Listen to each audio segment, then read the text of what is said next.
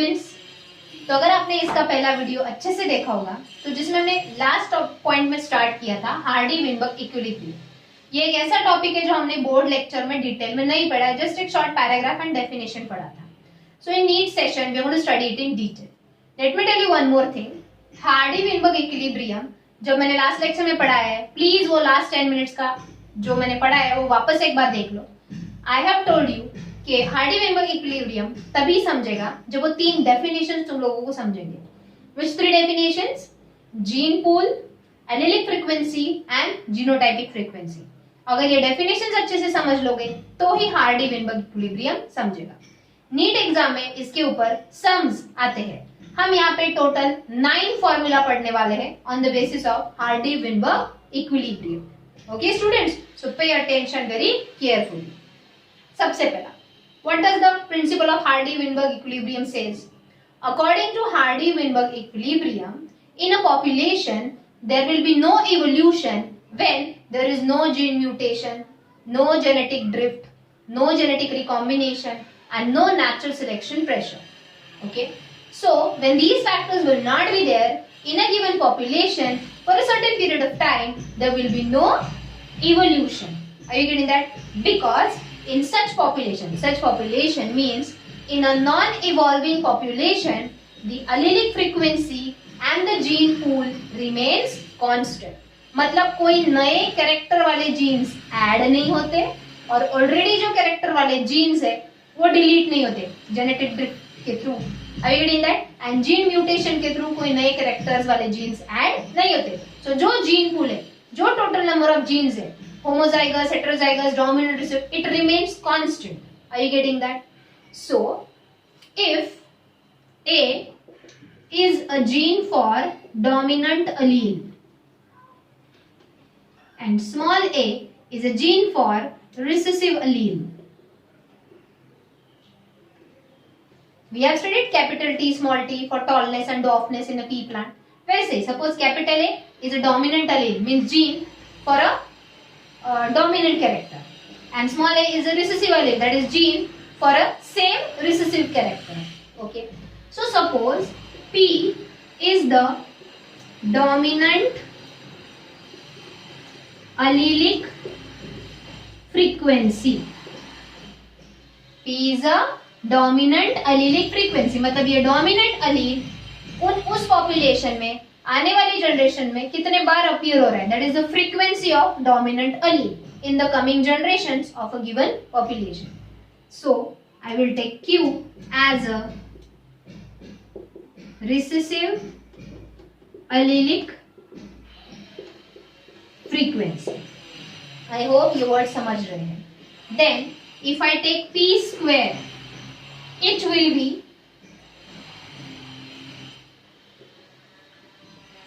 homozygous dominant genotype frequency.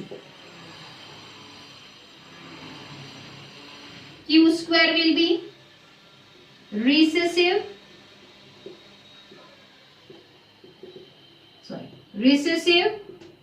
genotype frequency. यहाँ पे मैंने होमोजाइगस क्यों नहीं लिखा, क्योंकि रिसेसिव वाले होमोजाइगस ही होते हैं. स्मॉल टी एक साथ आएगा तो ही कैरेक्टर रिप्रेजेंट होगा रिसेसिव. वैसे ही स्मॉल ए एक साथ आएगा तो ही कैरेक्टर रिप्रेजेंट होगा. Okay, and 2pq will be taken as homozygous की जगह. pq में p डोमिनेंट जीन का फ्रीक्वेंसी है, q रिसेसिव जीन का फ्रीक्वेंसी है, तो डोमिनेंट वाला अपने आप को जीनोटाइप में एक्सप्रेस करेगा, right. So it will B heterozygous dominant genotype frequency. सबसे पहले ये वर्ड्स समझ के लो, कौन सा सिंबल किसके लिए है, कौन सा लेटर किसके लिए है. A is a dominant gene, that is dominant allele. So P is the dominant allelic frequency. कितने बार वो अपने आप को बार बार एक्सप्रेस कर रहा है, समझे, in that. Whereas P square is the genotypic frequency for a dominant character. Q square is a genotypic frequency for a recessive character, whereas PQ is a genotypic frequency for heterozygous dominant character. समझ में आया? Okay, अब ये P square Q two P Q कहाँ से आए? इन दोनों से ही आए। कैसे? वन मोर थिंग, मैं आज के वीडियो में जो भी लिख रही हूँ बोर्ड पे प्लीज अपने नोटबुक में कॉपी करो। बट दैट मैंने आपको टेक्स्ट बुक के फोटोज भेजे हैं नीट के, बट उसमें ऐसा प्रॉपरली एक साथ पॉइंट्स नहीं दिए, तो please note it down, so it will be easy for you to understand when you read again. अब according to Hardy-Weinberg principle, the allelic frequency in a non-evolving population remains constant, right? तो allele frequency हम denote करते हैं by P and Q. So allelic frequency for a dominant character and for a recessive character remains constant according to Hardy-Weinberg equilibrium. समझे? So it represents in a non-evolving population the allelic frequency, that is for dominant gene as well as recessive gene, the allelic frequency remains constant, right? It is represented by the first formula. मैंने बोला ना 9 formula पढ़ने हो. This is the first formula.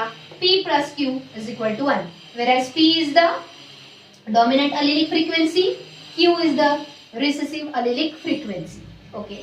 अब हम दोनों side का square लेते हैं, RHS and LHS का स्क्वायर लेते हैं. So P plus Q bracket square is equal to 1 square. 1 square तो 1 ही रहेगा, but P plus Q bracket square को हम एक्सपांड कर सकते हैं by using the maths formula A plus B bracket square. So that will be here P square plus 2PQ plus Q square is equal to 1. ये है second formula. तो मैंने previously P square मतलब homozygous dominant genotype frequency, PQ means और 2PQ means heterozygous dominant genotype frequency, and Q square means recessive genotype frequency. क्योंकि यहाँ पे हमको होमोजाइगस हेटेरोजाइगस मेंशन करने की जरूरत नहीं, ये होमोजाइगस ही होता है. समझे students? Okay. Homozygous and heterozygous word का मीनिंग सबसे पहले पता है? Homozygous means pair of same genes, मतलब दोनों डोमिनेंट होंगे या दोनों रिसेसिव होंगे. हेटेरोजाइगस मींस एक जीन डोमिनेंट होगा दूसरा रिसेसिव होगा. ओके. तो आई होप ये दो फॉर्मूला तुम लोगों को समझेंगे, राइट? अब सबसे पहला P मतलब क्या और P स्क्वायर मतलब क्या? P is the dominant allelic frequency, whereas P square is the homozygous dominant genotypic frequency. Okay, हमने allelic frequency and genotypic frequency definition पहले ही पढ़े, इसलिए बार बार बोल रही हूँ. वो 3 definition, gene pool, allelic frequency and genotypic frequency, वो अच्छे से समझ लो, तभी ये लेसन, ये टॉपिक समझेगा. तो ये दो फॉर्मूले हैं. अब अगले फॉर्मूले जो बचे हुए, let us see that how you can give formula for P square, you can give formula for Q square, you can give separate formula for P and Q as well. So let us study those formula. तो सबसे पहला और the next formula, P square is equal to, P square मतलब homozygous dominant genotypic frequency is given by total number of dominant individuals upon total individuals in a population. मतलब number of dominant individuals divided by total individuals in a given population. समझो एक population है जिसमें 1600 total individuals है, जिसमें से 280 individuals dominant है. So you can find out the frequency, genotype frequency for dominant character by using this formula. Okay. Then can you tell me the formula for Q square? तुमको एक ही formula learn करना है, उसका opposite formula आराम से आ जाता है. P square मतलब dominant homozygous dominant genotype frequency. So Q square will be recessive genotype frequency. तो सिर्फ डोमिनेंट की जगह क्या डालो? Recessive. So here will be total number, or only you can write number of recessive individuals upon total individuals in a population. Understood, students? Okay, अब अगला formula P. What is P? Is the dominant allelic frequency, right? So dominant allelic frequency P is given by the formula 2 in the bracket number of dominant individuals plus number of heterozygous individuals upon total individuals in a population. Okay, ये formula है, learn करें. Dominant allelic frequency is given by 2 in the bracket, ये bracket सिर्फ इसके लिए, number of dominant individuals plus bracket complete plus number of heterozygous individuals upon total individuals in a population. Then can you give me formula for recessive allelic frequency? Dominant की जगह recessive डालो, बाकी formula same है. 2 in the bracket number of recessive individuals bracket complete plus number of heterozygous individuals upon total individuals in a population. Okay students, so ये 4 plus इसके पहले 2, 6 formula हो गए, राइट. अब अगले दिन ये जो फॉर्मूला यहाँ पे देखो, नंबर ऑफ इंडिविजुअल्स तुमको दिए होंगे, उस पर से तुमको फ्रीक्वेंसी निकालना है.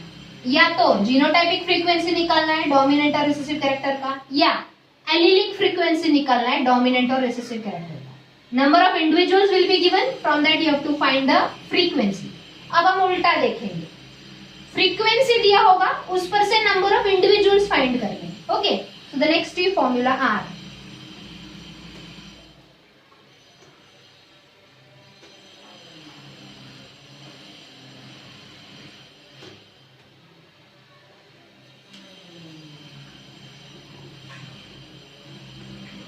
Homozygous, if you want to find number of homozygous dominant individuals,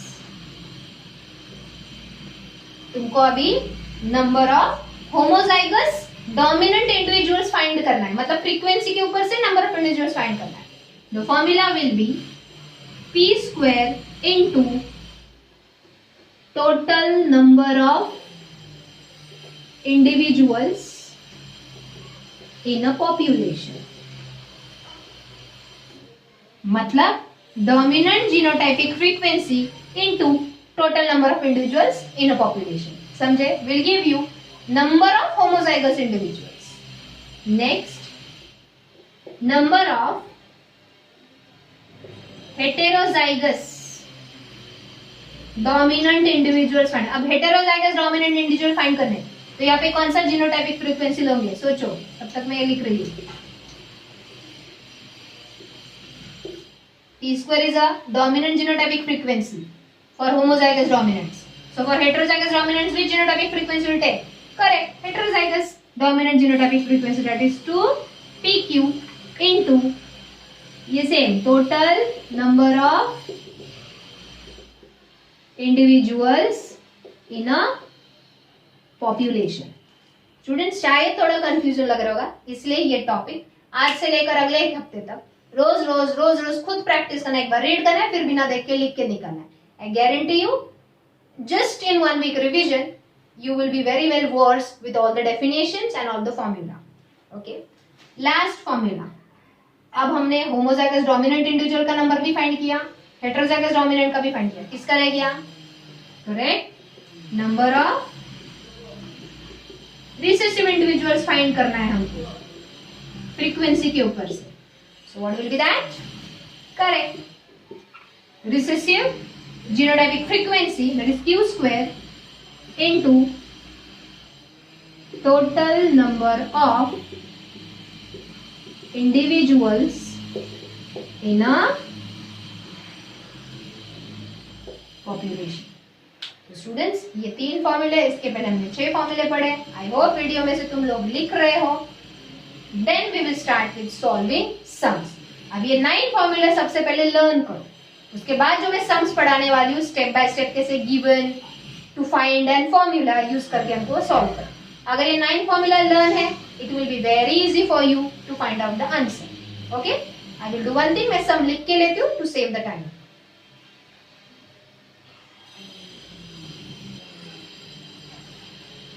Okay students, see the sum here. In a population of 1600 individuals, मतलब वो population में total number of individuals कितने हैं? 1600 individuals में 256 individuals are recessive. 256 individuals are recessive. मतलब total population में तुमको सिर्फ recessive individuals कितने हैं? recessive लोग कितने हैं? उनका नंबर दिया. अब इस पर से तुमको find out क्या करना है? You have to find homozygous dominant individuals and heterozygous dominant individuals. बहुत इजी है. सबसे पहला जो लास्ट के 3 फॉर्मूले मैंने बताया वो रिकॉर्ड. सबसे पहले हम गिवन लिखेंगे. Given total individuals in a population 1600. मैं थोड़ा इधर ही लिखती हूँ, बोर्ड छोटा है इसलिए एक के नीचे एक नहीं लिखती. And second, you are given total recessive individuals कितने दिए हैं? 256. okay. To find number of homozygous dominant individuals and number of heterozygous dominant. मैं थोड़ा शॉर्टकट में लिखती हूँ. homozygous dominant individuals and heterozygous dominant individuals find out है. तुम प्लीज फुल वर्ड्स में लिखो, ये फाइंड करना. इसके लिए फॉर्मूला क्या है? In short I just write here to make you understand. Homozygous dominant individuals is equal to dominant genotype frequency into total individuals of a population. Heterozygous dominant individuals के लिए 2pq, that is heterozygous dominant genotypic frequency into total number of individuals. मतलब हमको पहले P and Q ये निकालना होगा. हम directly P निकाल सकते हैं, डायरेक्टली P. अब P का फॉर्मूला देखो तुमने क्या लिखा है. P is equal to 2 in the bracket total number of dominant individuals plus heterozygous. वो नंबर ही नहीं दिया है, बट फिर भी हम निकाल सकते हैं. कैसे? हमको रिसेसिव इंडिविजुअल्स उसी लिए तो दिए हैं. recessive number of individuals say, can you find recessive genotypic frequency, that is q square? Let us do that. Solution. recessive genotypic frequency मैं शॉर्टकट में लिख रही हूँ. Again I am telling you, full words में लिखो. recessive genotypic frequency that is equal to q square is equal to क्या? total recessive individuals और number of recessive individuals upon total population. मैं डायरेक्टली लिख रही हूँ. Number of recessive individuals 256 upon total individuals in a population. क्या आया? 1600. That comes around 0.16. Okay, ये मैंने ऑलरेडी करके रखा है. Then Q square नहीं चाहिए हमको, यहाँ पे P Q वो चाहिए था ना. Therefore Q is equal to root of 0.16, that is 0.4. तो Q का वैल्यू आया 0.4. तो हमको रिसेसिव अलीलिक फ्रीक्वेंसी मिला Q is equal to 0.4. अब इससे हम P निकाल सकते हैं. सबसे पहला फॉर्मूला जो दिया, according to the Hardy Weinberg equilibrium, P plus Q is equal to 1. Therefore P is equal to 1 minus Q, that is equal to 1 minus Q का value 0.4, that is equal to 0.6. तो हमारे पास Q का value आया 0.4 and P का value आया 0.6. अब निकाल सकते हो. P का वैल्यू आया तो इस पर से P square is equal to 0.6 का स्क्वायर क्या आता है? I'll just write it. 0.6 into 0.6 is equal to 0.36. P square का भी वैल्यू आया. ओके, आई होप समझा होगा. अब निकालो जो पूछा है. number of homozygous dominant individuals. Homozygous dominant individuals is equal to p square into total number of individuals of a population. तो p square क्या आया 0.36 into total number of population क्या है 1600. सॉल्व करो, you get the answer 576. मतलब in 1600 populations people in 1600 population the number of recessive कितने थे 256. तो number of homozygous dominant individuals कितने हैं 576. ओके, अब निकालना है second number of heterozygous dominant individuals is equal to, उसका फॉर्मूला हमने लिखा है 2pq into total number of individuals of population. So we have 2 into p का वैल्यू 0.6, q का value 0.4, that comes 0.48. Are you getting that? Sorry, 2pq का 0.8 it comes 768. ये सब जब तुम कैलकुलेट करोगे. ओके, सो तुम्हारा आंसर करेक्ट है कि नहीं टैली करके देखो. ये है होमोजाइगस डोमिनेंट, ये है हेटेरोजाइगस डोमिनेंट और ये है रिसेसिव. तीनों का एडिशन 1600 आया, मतलब तुम्हारा आंसर करेक्ट है. समझे? करके देखो, इट विल बी 1600 ओनली. तो students, I hope from this example you have understood कि वो 9 फॉर्मूला पहले तो याद करो. कौन सा फॉर्मूला किधर यूज करना है, प्रैक्टिस करने से हो जाएगा. देखो यहाँ पे हमको मेनली पी स्क्वायर चाहिए था, होमोजाइगस डोमिनेंट इंडिविजुअल निकालेंगे क्योंकि टोटल नंबर ऑफ इंडिविजुअल्स हमको ऑलरेडी दिया. पी स्क्वायर निकालने के लिए फॉर्मूला क्या है पी स्क्वायर का, number of dominant individuals upon total. लेकिन हमको डोमिनेंट इंडिविजुअल्स दिया नहीं है, इसलिए पहले हमने क्यू स्क्वायर निकाला, क्यू स्क्वायर से क्यू निकाला, क्यू से फिर पी निकाला. Are you getting it? ऐसे हम करते गए.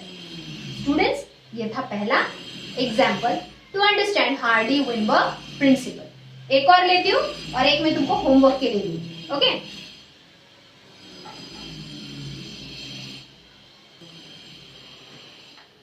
स्टूडेंट्स, ये सेकेंड सम मैंने थोड़ा शॉर्टकट में लिखा है. I read it out. In a population of 200 individuals, मतलब टोटल नंबर ऑफ पॉपुलेशन क्या है वो 200 individuals. 114 are homozygous dominant. HD मतलब हाई डेफिनेशन में.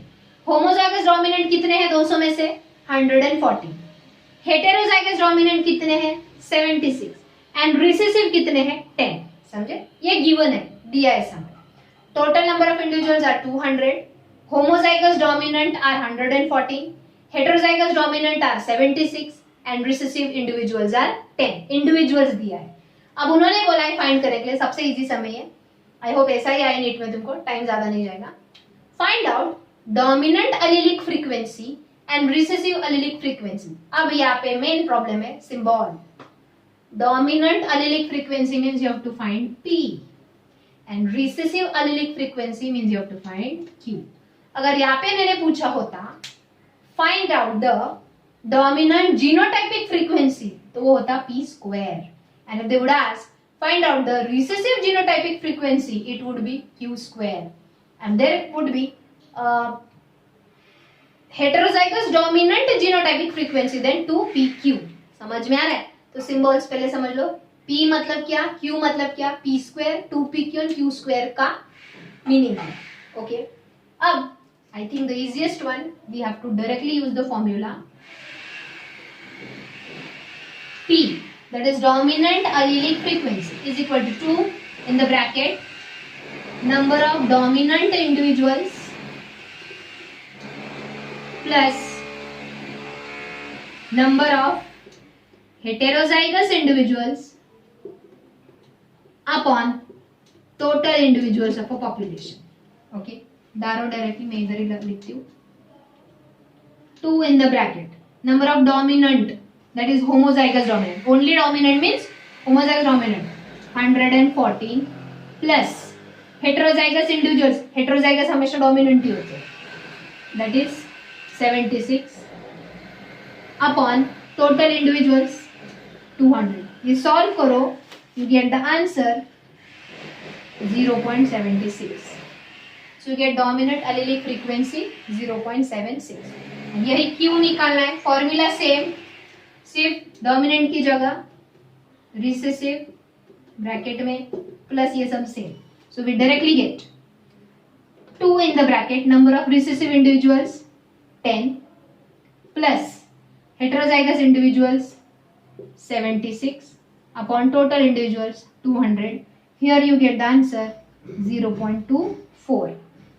ये कैसे टैली करना है, ये फ्रीक्वेंसीज है, नंबर ऑफ इंडिविजुअल्स है, तो this frequency plus this frequency अगर 100% आ रहा है, that is same, see 0.76 plus 0.24 will be the 100. मतलब out of 100% individuals 0.76% that is frequency is of dominant allelic frequency and the remaining 0.24 is for recessive allelic frequency. समझ में आया? Okay, तो frequency का टोटल 100 आना चाहिए, फिर वो allelic फ्रीक्वेंसी हो या जीनोटाइपिक फ्रीक्वेंसी हो, समझे? अब मैंने बोला था मैं होमवर्क दूंगी, तो यहाँ पे मुझे you are going to find p square, q square and 2pq and write their names. What is p square, what is q square and what is 2pq, वो रेशियो निकाल. समझे students? So I hope you understood Hardy Weinberg equilibrium. तो ये हमने definition पढ़ा. Hardy Weinberg equilibrium मतलब in a non evolving population the allelic frequency and the gene pool remains constant.